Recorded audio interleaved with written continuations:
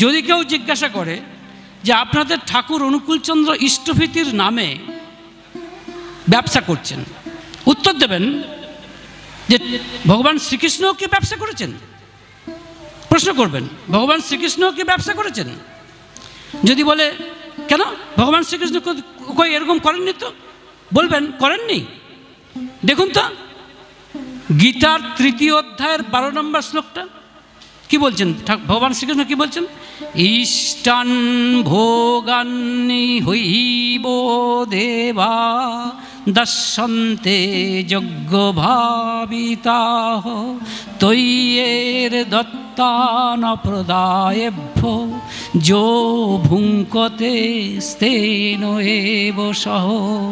বলছেন যারা দেবদেবীকে না দিয়ে খায়, যারা দেবদেবীকে না নিবেদন করে খায়, দেবদেবীকে সৃষ্টি করেছেন তিনি, তার মানে শেষ পর্যন্ত তাকে না দিয়ে যে খায় সে চোর।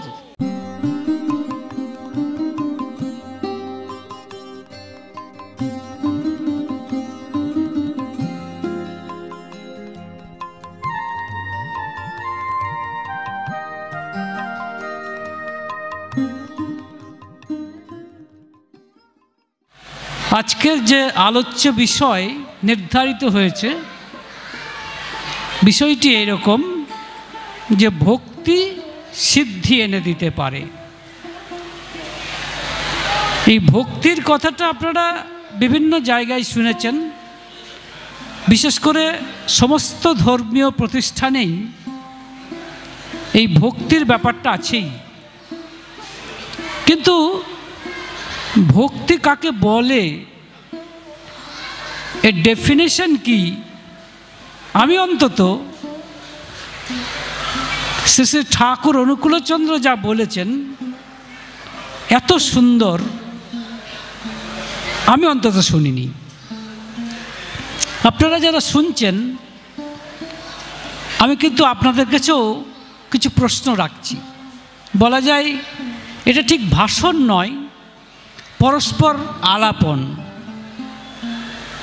যেরকম ভক্তি কাকে বলেছেন ঠাকুর? ঠাকুর বলছেন সতে সংলগ্ন থাকার, বলছেন সতে নিরবিচ্ছিন্ন সংলগ্ন থাকার চেষ্টাকেই ভক্তি বলে। আপনারা যারা এখানে শুনছেন, সত্যানুসরণে এই কথাটা লেখা আছে। এই একটিমাত্র বই যেটি ঠাকুরের একটি রিটেন ডকুমেন্ট, মানে লিখিত দলিল। তাই এই কথা অমৃত সমান। ঠাকুর বলছেন সতে সংলগ্ন, নিরবিচ্ছিন্ন সংলগ্ন থাকার চেষ্টাকেই ভক্তি বলে। আপনারা বলুন তো দেখি, এই সৎ বলতে কি বোঝাচ্ছেন ঠাকুর? আপনারা যারা শুনছেন একটু যদি আমাকে বলে সাহায্য করেন তাহলে আমার বলতে সুবিধা হয়। এই যে বলছেন সতে নিরবিচ্ছিন্ন সংলগ্ন থাকার চেষ্টাকেই ভক্তি বলে। এখন সৎ কাকে বলে? সৎ বলতে কাকে বোঝাচ্ছেন? অবশ্যই গুরুকে বোঝাচ্ছেন, সদ্গুরু। তো সদ্গুরুর সাথে যুক্ত হওয়া, সংলগ্ন হওয়া মানে যুক্ত হওয়া, অ্যাটাচড হওয়া। এই সদ্গুরুর সাথে অ্যাটাচড হওয়াটাকেই বলে ভক্তি। এখন বলুন তো কিভাবে আপনারা, সদ্গুরু কে এটা আপনারা জানেন? সদ্গুরু কে? সদ্গুরু কিন্তু মনে রাখবেন একমাত্র পুরুষোত্তম ছাড়া আর কেউ সদ্গুরু হতে পারেন না। গুরু হতে পারেন কিন্তু সদ্গুরু হতে পারেন না। আমার কথাটা বুঝতে পারছেন? গুরু হতে পারেন কিন্তু সদ্গুরু হতে পারেন না। তো সদ্গুরুকে যখন ভগবান নরদেহে আসেন, আমাদের জন্যই কিন্তু আসেন। কেন আসেন বলুন তো? কারণ আপনি যদি বলেন ভগবান কোথায়, বা আপনাকে যদি কেউ প্রশ্ন করে, ভগবানকে দেখিয়ে দিতে পারবেন? এই ধরুন এই এক মুঠো বাতাস, এর মধ্যে কি ভগবান আছে? হ্যাঁ না না বলুন তো। এক মুঠো বাতাস, এর মধ্যে ভগবান আছে? হ্যাঁ না না? আছে। তিনি বাতাসে আছেন, তিনি আকাশে আছেন, তিনি গাছে আছেন, তিনি প্রাণীতে আছেন, অন্তরিক্ষে আছেন, সমস্ত জায়গায় আছেন। কিন্তু সেই ভগবানকে আমরা বুঝতে পারি কি? বুঝতে পারি না। আমাদের জন্য এমন ভগবান দরকার যাতে ঠিক আমি তাকে বুঝতে পারি, আমি তাকে অনুভব করতে পারি। সেই জন্যই ভগবান মানুষ হয়ে আসেন, পরম করুণায়, পরম দয়ায় তিনি মানুষ হয়ে আসেন। যখন মানুষ হয়ে আসেন ভগবান, তখন তাকে কি বলে? সেই লোককে কি বলে বলুন? পুরুষোত্তম। ঠিক বলেছেন। তাহলে যদি আপনাদের কেউ প্রশ্ন করে কেন কথাটা বলছি, আপনাদের শুনে নিন। আপনারা সবাই তো ধ্বনি দেন, বন্দে পুরুষোত্তমম, এই বলে ধ্বনি দেন না? দেন না? দেন তো? এটা মানে জানেন? বন্দে পুরুষোত্তমম এটা কি বাংলা কথা না অন্য সংস্কৃত কথা? উত্তর দিন তো। এটা কি বাংলা কথা না সংস্কৃত কথা? সংস্কৃত কথা। এটা কিন্তু বাংলা কথা নয়। বন্দে পুরুষোত্তমম এটা কিন্তু বাংলা কথা নয়, এটা সংস্কৃত কথা। এটার মানে কি? আচ্ছা, বন্দে পুরুষোত্তম আমরা কাকে উদ্দেশ্য করে বলি? ঠাকুরকে উদ্দেশ্য করে বলি। শ্রী ঠাকুর অনুকূল চন্দ্রকে উদ্দেশ্য করে আমরা বলি বন্দে পুরুষোত্তমম। এর মানেটা হচ্ছে, হে পুরুষোত্তম, তোমাকে আমরা বন্দনা করি। এটা মানেই। তাহলে ঠাকুর অনুকূল চন্দ্রকে আমরা কি বলছি? পুরুষোত্তম। এবার আপনাকে যদি কেউ প্রশ্ন করে, কারণ প্রশ্ন কিন্তু আপনাদেরকেও করবে, যেহেতু আপনারা দীক্ষিত, ঠাকুরের সম্পর্কে কিছু শুনেছেন, হয়তো সামান্যই জানেন, খুব বেশি জানেন না, তা হলেও আপনাদের আত্মীয় স্বজন, আপনাদের বন্ধু বান্ধব প্রশ্ন করতে পারে যে পুরুষোত্তম বলছো, পুরুষোত্তম কে? এর উত্তরটা তো আপনাদের দিতে হবে নাকি? এর উত্তর হচ্ছে, উত্তরটা কি একটু আগে বললাম, যে ভগবান যখন পরম করুণায় দয়া করে মানুষ রূপে আসেন, তিনি হচ্ছেন পুরুষোত্তম। তাহলে পুরুষোত্তম কে? উত্তর হচ্ছে ভগবান। এখন ভগবান আর দেবদেবী কি এক?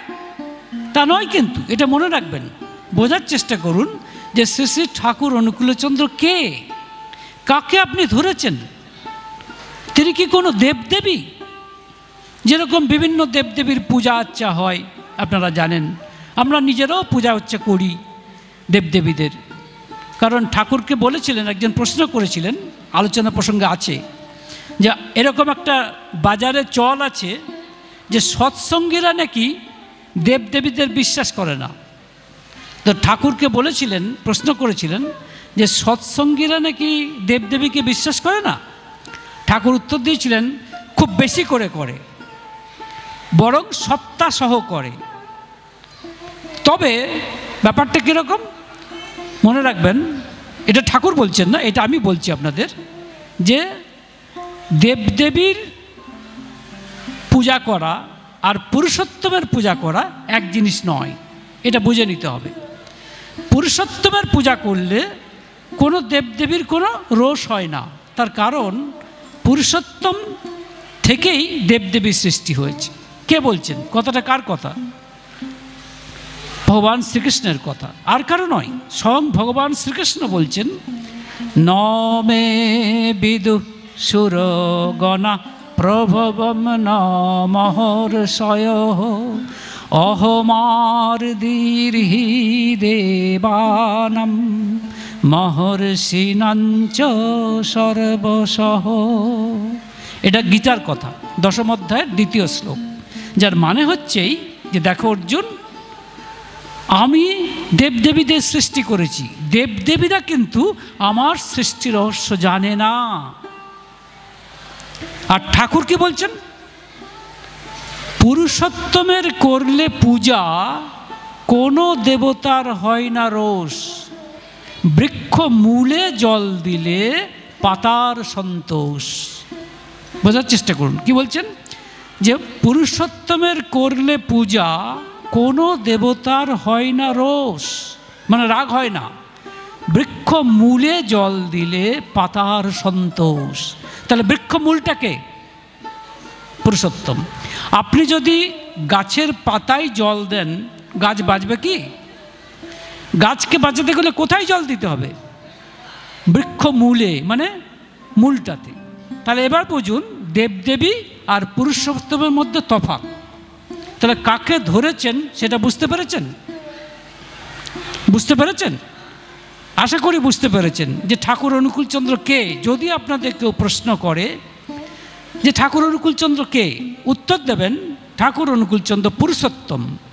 যদি প্রশ্ন করে পুরুষোত্তম মানে কি, উত্তর হচ্ছে পুরুষোত্তম ভগবান শ্রীকৃষ্ণ গীতাতে বলছেন যে তিনি দেবদেবীদের সৃষ্টির কারণ, কিন্তু দেবদেবীরা তার সৃষ্টির কারণ জানে না।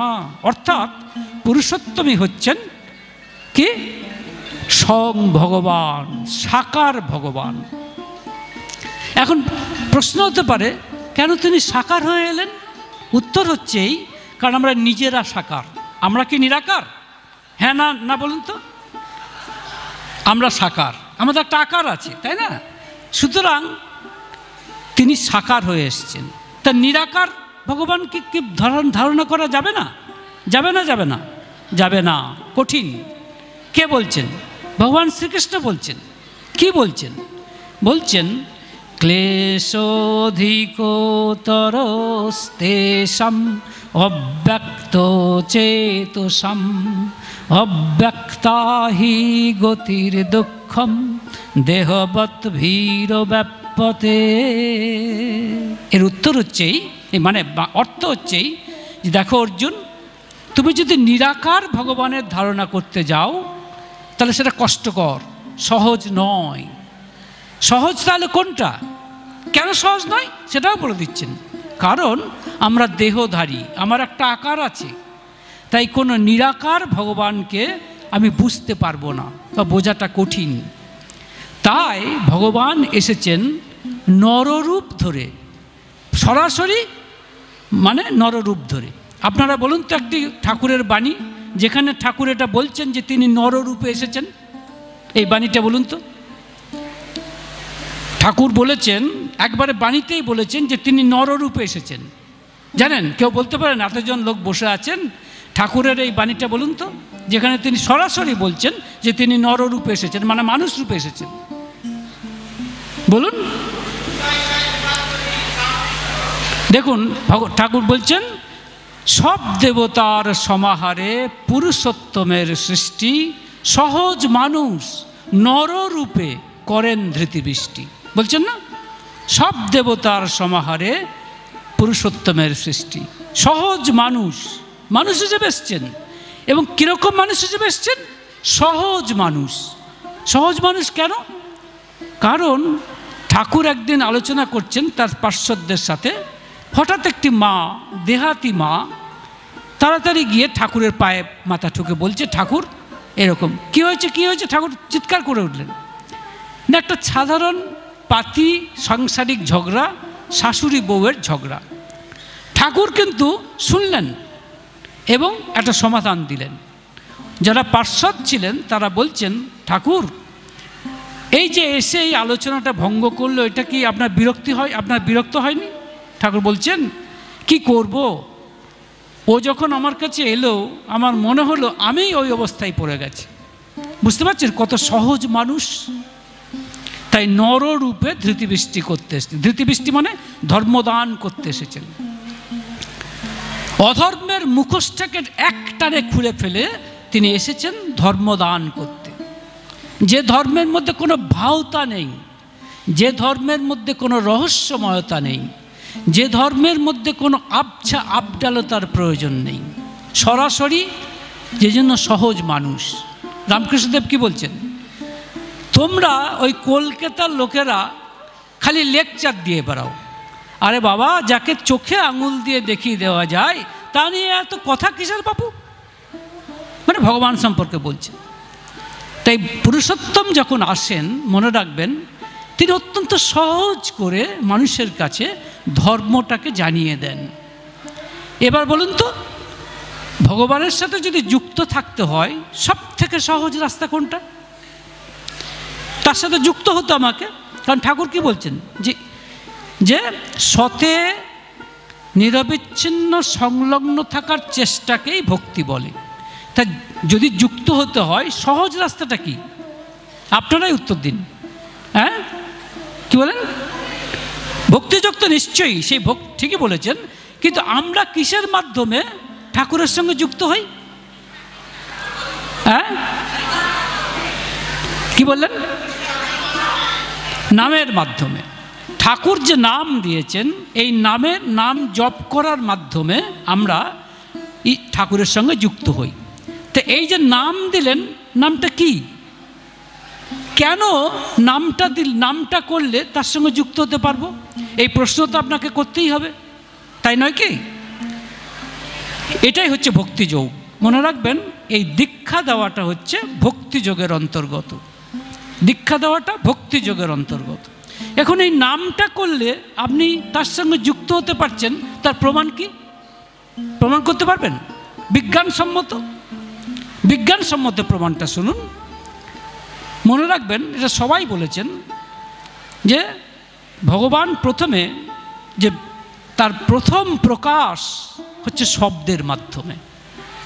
কারণ আমরা কি বলি? নাদ ব্রহ্ম বা শব্দ ব্রহ্ম বলি না? কারণ ভগবানকে কি বলছি? ব্রহ্ম। ব্রহ্ম মানে যেখানে তিনি সাকার নন, নিরাকার, তা হোক, কিন্তু কি বলছি? শব্দ ব্রহ্ম। তাহলে শব্দের মাধ্যমে তার প্রকাশ। ঠাকুর অনুকূলচন্দ্র দি মেসেজ বলে যে বই ইংরেজিতে বলেছেন, তার প্রথম কথাই হচ্ছে, মানে বলা যায় প্রথম না হলেও ঠাকুর বলছেন, word is God, God is word. মানে কি? শব্দই হচ্ছে ভগবান। তাহলে আমি যে শব্দ করছি এটাও কি ভগবান? হ্যাঁ না না বলুন তো? অবশ্যই এটাও ভগবান। যা বলছি, যা করছি, এমনকি আপনি যে বসে আছেন, আপনি একটা শব্দ তরঙ্গের রূপায়ণ মাত্র, তার বেশি কিছু নয়। কাজেই ঈশ্বর শব্দময়। He is the sound, he is the word. আজকের বিজ্ঞান, সব থেকে বড় বিজ্ঞানী স্টিফেন হকিংস, তিনি যে বার করেছেন থিওরি, তার নাম big bang theory. Big bang মানে এই বিশ্ব ব্রহ্মাণ্ড একটা শব্দ করে তৈরি হয়েছে। এই শব্দকে আমাদের উপনিষদ বলছে ওম শব্দ। বলুন তো, এই ওম শব্দের মধ্যে কটা অক্ষর আছে? 3টে। বাহ, কি কি? বাহ, অ, হস্যু আর ম, এই 3টে। এটা হচ্ছে প্রথম আদি শব্দ। ভগবান শ্রীকৃষ্ণের যে নাম প্রণব, প্রণব কাকে বলে? এই ওঙ্কার। ওঙ্কার ধ্বনি মানে ওম। তাহলে আমি যখন ওম উচ্চারণ করছি, তার মানে কি? এই শব্দ দিয়েই ভগবান সৃষ্টি হয়েছেন। তাহলে আমি যখন ওম আওয়াজ করছি, মনে মনে জপ করছি, তার মানে কি? মানে এই যে ভগবানের সুরে সুর মেলাচ্ছি। বুঝতে পেরেছেন? ভগবানের সুরে সুর মেলাচ্ছি। যেরকম বাচ্চা বয়সে যখন আমরা অ আ শিখেছি, তখন কি করে? এক মাস্টারমশাই অ লিখে দিচ্ছেন, আমরা তাতে দাগে দাগ বুলাচ্ছি, তাই নয় কি? প্রথম কি করে আঁকা শিখেছি? লেখাটা কি করে শিখেছি? দাগে দাগ বুলিয়ে, তাই না?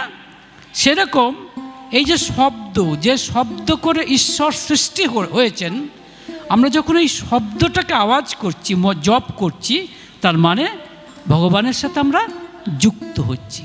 বুঝতে পারছেন? তার সুরে সুর মেলাচ্ছি। এখন বলুন তো, এই নামেরও কি বিবর্তন ঘটছে? হ্যাঁ না না?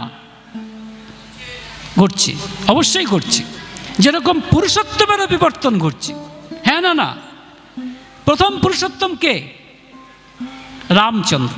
ঠিকই বলেছেন, রামচন্দ্র প্রথম পুরুষোত্তম, তারপরে ভগবান শ্রীকৃষ্ণ। আচ্ছা, ভগবান শ্রীকৃষ্ণ তাহলে এলেন কেন? যদি রামচন্দ্রই থেকে থাকেন, তাহলে ভগবান শ্রীকৃষ্ণ এলেন কেন? কারণ যুগ বদলাচ্ছে, সময় বদলাচ্ছে, তাই তিনি এসেছেন সময়ের উপযোগী হিসাবে, তাই না? যে কারণে ভগবান শ্রীকৃষ্ণ বলছেন, কি বলছেন? বলছেন, তুমি সব কিছু ভুলে যাও অর্জুন, তুমি শুধু শুধু আমাকেই ধরো। এই শ্লোকটা বলেন তো একটু, যেখানে ভগবান শ্রীকৃষ্ণ বলছেন শুধু আমাকেই ধরো। কি বলছেন? সর্বধর্মান পরিত্যাজ্য মামেকং শরণং ব্রজ অহং ত্বং সর্বপাপেভ্যো মোক্ষয়িষ্যামি মা শুচঃ। কেবল আমাকেই ধরো। আপনাদের কাছে প্রশ্ন রাখছি, কেন ভগবান শ্রীকৃষ্ণ বললেন না যে আগে তো রামচন্দ্র এসছেন, রামচন্দ্রকে ধরলেও হবে, আমাকে ধরলেও হবে? এটা বলেছেন কি বলছেন? গীতার কথা, এটা আমার কথা নয়। সর্বধর্মান পরিত্যাজ্য মামেকং শরণং ব্রজ অহং ত্বং সর্বপাপেভ্যো মোক্ষয়িষ্যামি মা শুচঃ। কেবল আমাকেই ধরো কেন বললেন? তাহলে কি তিনি রামচন্দ্রকে অশ্রদ্ধা করতে বলছেন? না, আসলে ভগবান শ্রীকৃষ্ণের মধ্যে রামচন্দ্র তো আছেনই, সেই রামচন্দ্রই এসেছেন ভগবান শ্রীকৃষ্ণ রূপে, কিন্তু আরও তর প্রকাশটা আরও তর। যেরকম ধরুন আগে টেলিফোন আমরা তারওয়ালা ব্যবহার করতাম, কিন্তু আজকে কি ব্যবহার করি? মোবাইল, তার ছাড়া। কিন্তু কাজ তো একই হয়, কাজটা তো একই, মানুষের সাথে কথা বলা। তেমনি ইনি আরও ইভলভড ফর্ম, মানে আরও বিবর্তিত ফর্ম। সেরকম নামেরও পরিবর্তন ঘটছে। বলুন তো, আমাদের যে নাম শ্রী শ্রী ঠাকুর অনুকূলচন্দ্র দিয়েছেন, তাতে কি ওমটা আছে? হ্যাঁ, আছে। খুব ভালো উত্তর পেলাম, এটা ভালো লাগে। এই যে আপনারা উত্তর করছেন, এটা ভালো লাগে, কারণ প্রশ্ন উত্তরের মাধ্যমেই কিন্তু জানতে হয়। ভগবান শ্রীকৃষ্ণ গীতাতে বলছেন, তদ্বিদ্ধি প্রণিপাতেন পরিপ্রশ্নেন সেবয়া উপদেক্ষন্তি তে জ্ঞানম জ্ঞানিনঃ তত্ত্বদর্শিনঃ। মানে তুমি তাকে জানো, মানে সেই জ্ঞান লাভ করো কি করে? প্রশ্ন এবং প্রতিপ্রশ্ন করে। কাজেই আমি শুধু বলে যাব, আমি ঠিক বলছি কিনা সেটাও তো আমাকে জানতে হবে। তাই প্রশ্ন করুন, প্রতিপ্রশ্ন করুন, এর মাধ্যমে জানার চেষ্টা করুন। এক পেশে বলে গেলাম, এটা ঠিক নয়। ঠাকুর নিজেও চাননি। ঠাকুর ভীষণ চেয়েছেন যে আমি আপনি প্রশ্ন প্রতিপ্রশ্নের মাধ্যমেই জানার চেষ্টা করি। আমিও যে সব জানি তা তো নয়। তো তাহলে কি দাঁড়ালো? রামচন্দ্র আর কৃষ্ণ কি দুজন আলাদা? না, একই মানুষ, একই মানুষ আসছেন। কিন্তু মনে রাখবেন, the same person is coming time and again. বারবার একই মানুষ আসছেন। কিন্তু রামচন্দ্রের চেহারা আর ভগবান শ্রীকৃষ্ণের চেহারা কি এক? তা তো নয়। চেহারাও এক নয়, নামও এক নয়। তার নাম ছিল রামচন্দ্র, আর এনার নাম শ্রীকৃষ্ণ। তাহলে নাম আর রূপ কিন্তু পাল্টাচ্ছে, তাই না? নাম রূপ পাল্টাচ্ছে। সুতরাং কিন্তু মানুষ একজনই, ভগবান কিন্তু একজনই। ঠাকুর অনুকূলচন্দ্র সেটা বলেছেন আমাদের প্রার্থনা মন্ত্রে। আপনাদেরকে বলতে হবে সেটা কোথায় বলেছেন। কখন আমরা প্রত্যেক দিন উচ্চারণ করি যে ভগবান একজনই এবং তার কোনো দ্বিতীয় নেই? বলুন। হ্যাঁ, একমেব দ্বিতীয়ম আমরা বলি না? একমেব দ্বিতীয়ম মানে ভগবান একজনই, আর তার কোনো দ্বিতীয় নেই, তাই না? প্রমাণ করতে পারেন, প্রমাণ করতে পারেন যে ভগবান একজন এবং তার দ্বিতীয় নেই? ঠাকুর অনুকূলচন্দ্র প্রমাণ দিচ্ছেন। এর চেয়ে বড় বিজ্ঞানসম্মত প্রমাণ আমার জানা নেই। কি বলছেন জানেন? বলছেন, যখন ঠাকুরকে জিজ্ঞাসা করা হচ্ছে যে ভগবান যে এক এবং তার দ্বিতীয় কেউ নেই, তার প্রমাণ কি? ঠাকুর উত্তর দিচ্ছেন, তার সৃষ্টিই তার প্রমাণ। বুঝতে পেরেছেন? তার সৃষ্টিই তার প্রমাণ। কারণ ঠাকুর বলছেন তার সৃষ্টিতে কোনো দুজন সম্পূর্ণ এক নয়। এই যে আমি আপনাদের সামনে কথা বলছি, অমলেন্দু চট্টোপাধ্যায়, সারা বিশ্ব ব্রহ্মাণ্ডে আর একটা অমলেন্দু চট্টোপাধ্যায় দেখিয়ে দিতে পারবেন? কেন? বা আপনারা যারা বসে আছেন প্রত্যেকেই দেখবেন একা, এক এবং অদ্বিতীয়। কেন বলুন তো?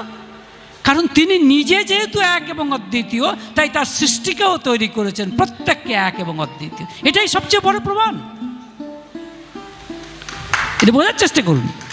তাহলে ঠাকুর যেটা বলছেন যে তিনি এক এবং অদ্বিতীয়, তাহলে একই যদি হয়, তাহলে রাম, কৃষ্ণ, বুদ্ধ, যিশু, মোহাম্মদ, চৈতন্য, রামকৃষ্ণদেব এবং সর্বশেষ শ্রী ঠাকুর অনুকূলচন্দ্র রূপে আসছেন কেন?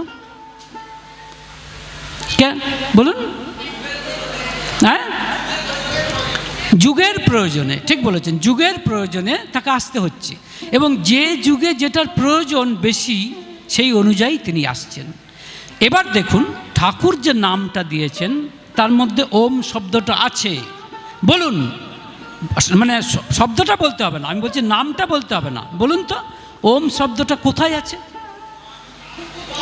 কারেক্ট, ঠিকই বলেছেন, আছেই। কারণ ঠাকুরকে একজন জমিদার বাবু, সম্ভবত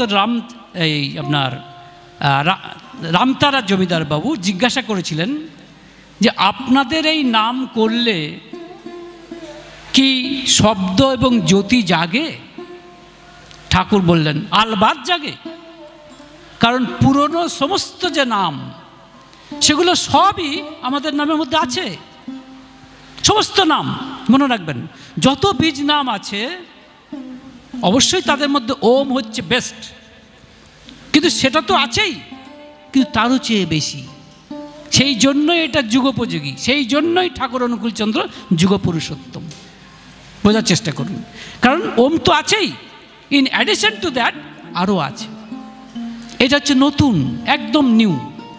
এখন প্রশ্ন হচ্ছে যে এই নাম করলে, আচ্ছা বলুন তো, আমি আপনাদের প্রশ্ন করি, যেহেতু এটা ভক্তিযোগ, প্রথম অক্ষরটার মানে কি জানেন?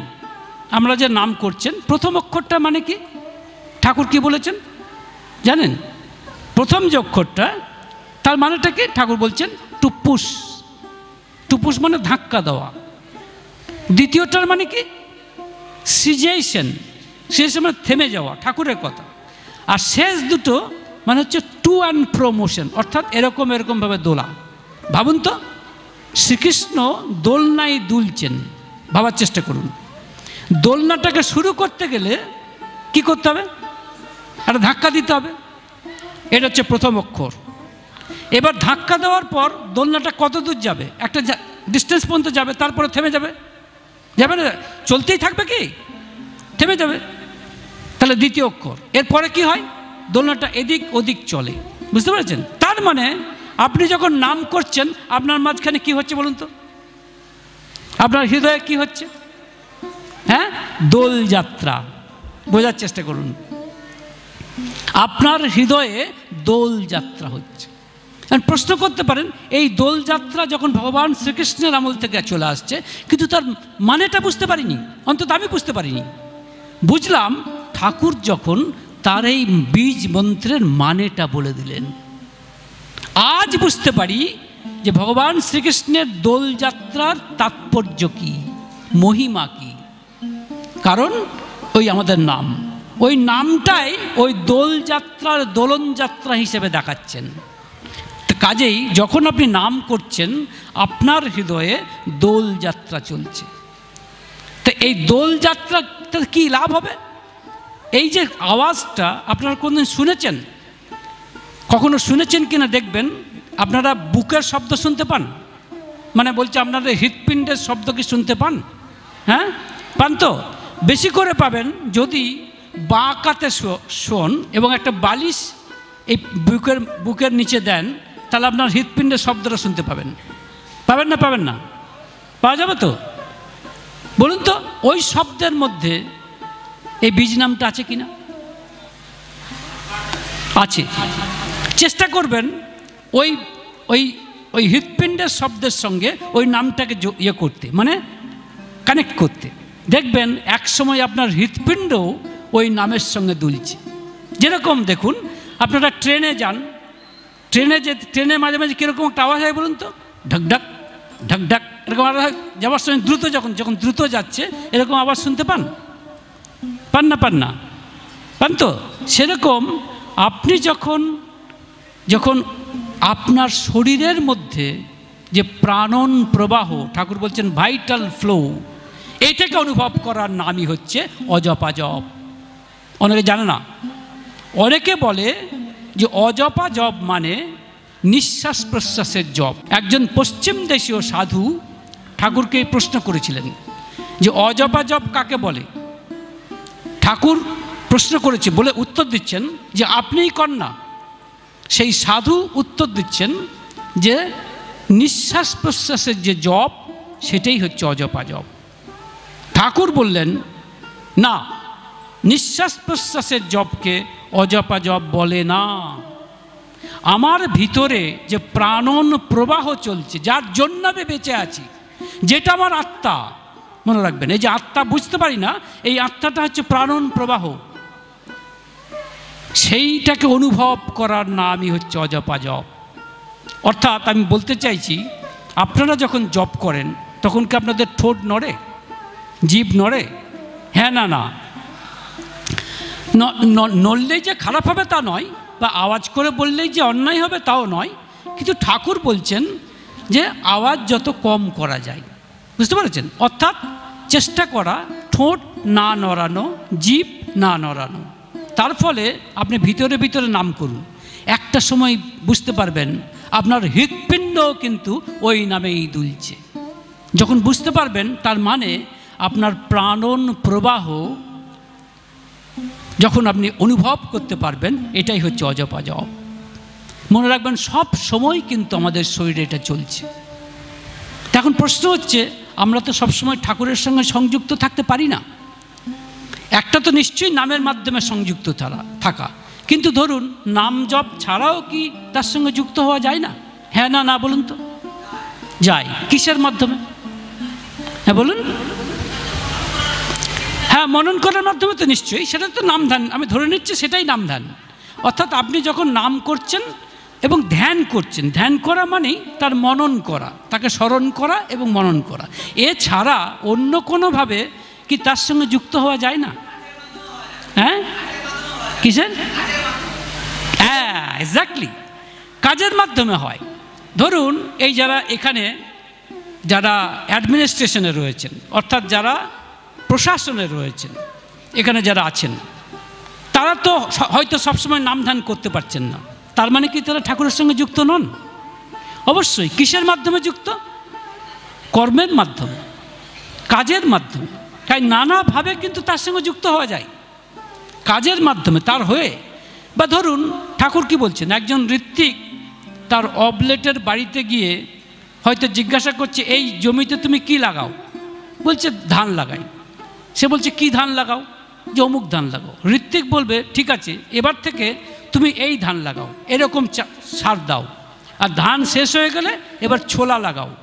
এই যে পরামর্শ দেওয়া, এটাও কিন্তু ঠাকুরের সঙ্গে যুক্ত হওয়া, কারণ সর্বাঙ্গীন বিকাশ এটাই তো ঠাকুর চেয়েছিলেন, শুধু নাম ধ্যান নয়। তবে অবশ্যই নাম ধ্যান করতেই হবে, এটা বাদ দিয়েও কিছু নয়। তো নাম ধ্যান করছেন কাজের মাধ্যমে। আর কিভাবে হয়? আর কিভাবে হয়? এই যে সঙ্গীত, একটু আগে আমাদের কি নাম, দেবুদা, হ্যাঁ, এই নিয়ে একটু সঙ্গীত গাইছিলেন, এইভাবেও কি ঈশ্বরের সঙ্গে যুক্ত হওয়া যায় না? যায়। তাই চেষ্টা করবেন, সবসময় তো নাম ধ্যান করা সম্ভব নয়, এটা কেউ পারেও না। যত বড় বড় কথাই বলুক না কেন, এত সোজা নয় যে সবসময় নাম করবেন। তাই একটা বলতে পারেন এক ধরনের রুচি আনার জন্য, যেমন আমরা বাড়িতে প্রতিদিনই কি এক তরকারি দিয়ে ভাত খাই, আলাদা করি কেন? রুচি আনার জন্য। সেরকম নাম ধ্যান করবেন, ঠাকুরের কাজ করবেন, ঠাকুরের গান গাইবেন, ঠাকুরের কথা বলবেন। কাকে? অন্য মানুষকে কথা বলবেন। এটাকে কি বলে?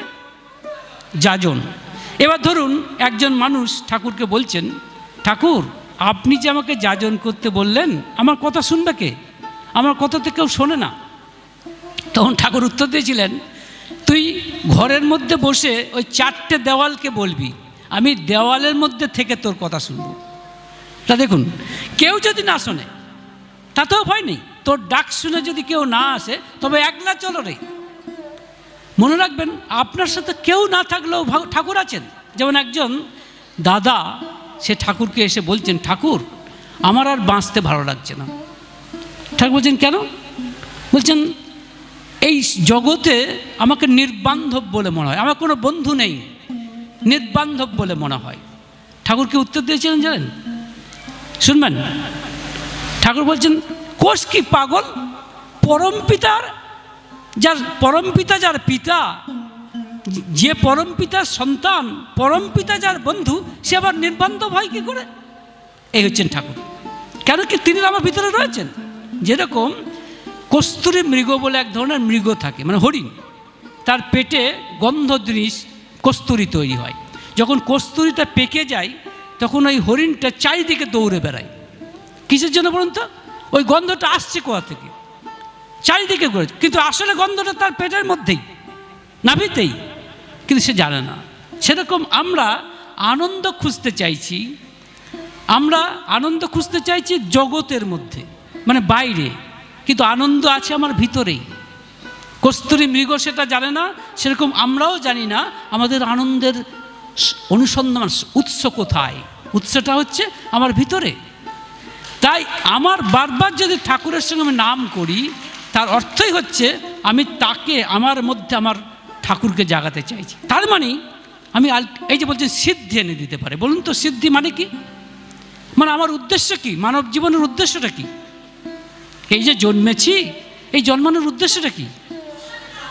হ্যাঁ হ্যাঁ, রামকৃষ্ণদেব বলেছেন ভগবান লাভ। আর ঠাকুর কি বলছেন? ভগবান লাভ মানে কি? ভগবানকে দেখা। ধরুন আপনার সামনে যদি চতুর্ভুজধারী শ্রীকৃষ্ণ আসেন, বা এমনকি ঠাকুর অনুকূলচন্দ্র এলেন, মনে করুন আপনার সামনে, এটা কি ভগবান লাভ? হ্যাঁ না, ঠাকুর বলছেন ভগবানের চরিত্র, ভগবানের বৈশিষ্ট্যকে তোমার মধ্যে চরিত্রায়িত কর, এটাই ভগবান লাভ। যেমন একটি মা ঠাকুরকে বলছেন, ঠাকুর আপনি তো ভগবান। ঠাকুর কি বললেন জানেন? ভগবান তুমিও তো কিছু কম নাও। এই হচ্ছেন ঠাকুর বলছেন, ভগবান তুমিও তো কিছু কম নাও। আমরা সবাই ভগবান, কিন্তু বিলিভ ইট অর নট, বিশ্বাস করুন বা না করুন, আমরা সবাই ভগবান। কারণ তার থেকে আমরা সৃষ্টি। প্রমাণ কি? আমরা যে প্রার্থনা মন্ত্রে কি বলি? আমি তোমারই, কি বলি? আমি তোমারই না, হ্যাঁ, উৎক্ষেপ। আমি তোমারই উৎক্ষেপ, মানে কি? আমি তোমার থেকে এসেছি। আমি যদি তোমার থেকে এসে থাকি তাহলে তুমিই তো আমি। তাই ঠাকুর বলছেন ভগবান তুমিও কিছু কম নও। কিন্তু আমি বুঝতে পারছি না কেন? কারণ আমার ভগবত্তাকে আমি জাগাতে পারছি না। সে যেন ঘুমিয়ে আছে, সে যেন সুপ্ত আছে, তাই তাকে জাগাতে হবে। এখন জাগাতে গেলে উপায় হচ্ছে এই যেগুলো বললাম, নাম ধ্যান, কাজকর্ম, গুণকীর্তন, অ্যাপ্রিসিয়েশন করা, সঙ্গীতের মাধ্যমে, মানুষকে যাজনের মাধ্যমে এটা করা, এবং অবশ্যই আরও নানাভাবে, যেমন ইষ্টভীতি, ইষ্টভীতির মাধ্যমেও তার সঙ্গে যুক্ত হওয়া যাচ্ছে। কেন বলুন তো? কারণ এই যখন আপনাকে কেউ জিজ্ঞাসা করবে, একটা কথা আপনাদের বলে যাই, যদি কেউ জিজ্ঞাসা করে যে আপনাদের ঠাকুর অনুকূলচন্দ্র ইষ্টভীতির নামে ব্যবসা করছেন, উত্তর দেবেন যে ভগবান শ্রীকৃষ্ণ কি ব্যবসা করেছেন? প্রশ্ন করবেন, ভগবান শ্রীকৃষ্ণ কি ব্যবসা করেছেন? যদি বলে কেন, ভগবান শ্রীকৃষ্ণ কই এরকম করেননি তো, বলবেন করেননি।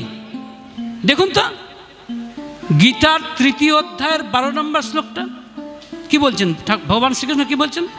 ইষ্টান ভোগান্নি হইব দেবা দর্শন্তে যজ্ঞ ভাবিতাহ তৈয়ের দত্তান প্রদায়েভ্য যো ভুঙ্কতে স্তেন এব সহ।